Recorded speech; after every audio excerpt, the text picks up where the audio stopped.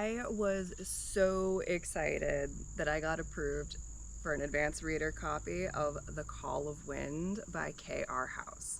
This is a debut work from an author that I've been following for a while now. She's made a game of coming up with magic systems from randomized components that always are really fun and well thought out. And she's doing these spontaneously with random variables. I was so excited to get a chance to read a world with a magic system that she has spent real time and effort crafting. Mark and Elias have grown up in a world where magic comes from the elements and takes on the nature of a specific element. However, the practitioners, the more that they use these powers, unless they have the protection of a rune that's very hard to come by, will slowly take on those aspects of the element that they are using. Eventually, this leads to the loss of their humanity and even sentience, and they become no more than a piece of the wild.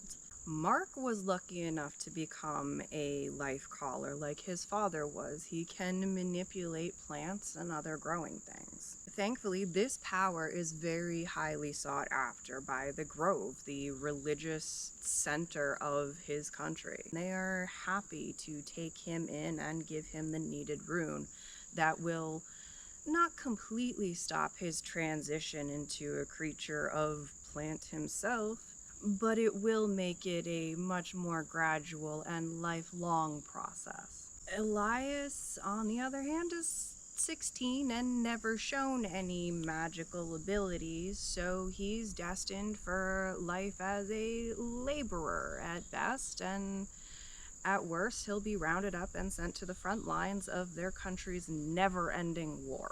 Then the unimaginable worst case happens, and Elias turns out to be a wind caller, like his father. There's no way in his homeland that he can get a rune for this, even if they did have the resources, which they don't. So he'll have to travel to his father's homeland in secret to get a rune for himself, and hope the authorities of his country don't arrest him on the way there for his undocumented powers. And Mark, well, he's willing to give up everything to help keep his little brother safe. This book did not disappoint me at all. The magic system was every bit as nuanced and well thought out as I imagined it was going to be.